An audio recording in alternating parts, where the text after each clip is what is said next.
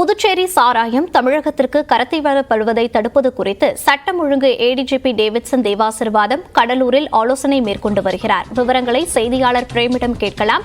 வணக்கம் பிரேம், இந்த ஆலோசனை கூட்டத்தில் எது பற்றியெல்லாம் பேச இருக்கிறது? விவரங்களை பதிவு பண்ணுங்க. மோனிஷா, தமிழ்நாட்டின் சட்ட ஒழுங்கு ஏடிஜிபியாக டேவிட்சன் ஆசீர்வாதம் தற்போது பொறுப்பேற்றிருக்கிறார். இதனைத் தொடர்ந்து பல்வேறு மாவட்டங்களில் முக்கியமான ஆய்வுக் கூட்டங்களை காவல்துறை அதிகாரிடம் நடத்தி வரக்கூடிய நிலையில் கடலூர், விழுப்புரம், கள்ளக்குறிச்சி 3 மாவட்டத்துக்கும் தற்போது கடலூர் மாவட்ட காவல் கண்காணிப்பு அலுவலகத்தில் தற்போது டேவிட்சன் ஆசீர்வாதம் தலைமையில் தற்போது ஆலோசனை கூட்டம் என்பது நடைபெற்று வருகிறது. இந்த கூட்டத்தில் முக்கியமாக இந்த 3 மாவட்டத்திற்கும் புதுவை மதுபானங்கள் மற்றும் கள்ளச்சாராயங்கள் அதிக அளவில் கடத்தப்படுவதும் நாளுக்கு நாள் அதிகரித்துக் கொண்டே செல்கிறது.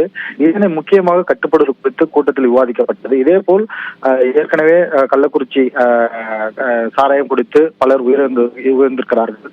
இதேபோல் கடலூர் பகுதியில் 3 பேர் வீட்டிலேயே வெட்டி கொன்று தீ வைத்து எரித்த சம்பவம் நடைபெற்றது. பாமக நிர்வாகி தெருவில் ஓட விட்டு கொலை செய்ய முயற்சித்தது என சட்ட ஒழுங்கு பிரச்சனையும் இங்கு அதிக அளவில் கொண்டு வரப்படுகிறது. எனவே இந்த சட்ட ஒழுங்கு பிரச்சனை குறித்தும் தற்போது இந்த கூட்டத்தில் விவாதிக்கப்பட்டிருக்கிறது. இந்த கூட்டத்தில் வடக்கு மண்டல ஐஜி அஸ்கராவும் கார்கவும் தற்போது கூட்டத்தில் இருக்கிறார். கடலூர், விழுப்புரம் மற்றும் கள்ளக்குறிச்சி 3 மாவட்டத்திற்கும் தற்போது புதுவை மாநிலம் அருகில் உள்ளதால் இங்கிருந்து உயர்ரக மதுபானங்கள் அதிக அளவில் கடத்தப்படுகிறது. இதேபோல் கள்ளச்சாராயம் கடத்தப்படுகிறது. இதனை முற்றிலுமாக தடுப்பதற்கு எந்தெந்த இடத்தில் சோதனை சாவடியில் அமைக்க வேண்டும், தற்போது எந்த அளவுக்கு பாதுகாப்பு மையப்படுத்த வேண்டும் என்பது குறித்து கூட்டத்தில் முக்கியமாக விவாதிக்கப்படுகிறது. அதேபோல் சட்ட ஒழுங்கு பிரச்சனை குறித்தும் தற்போது விவாதிக்கப்பட்டு வருகிறது. முனிஷா, விவரங்களுக்கு நன்றி பிரேம்.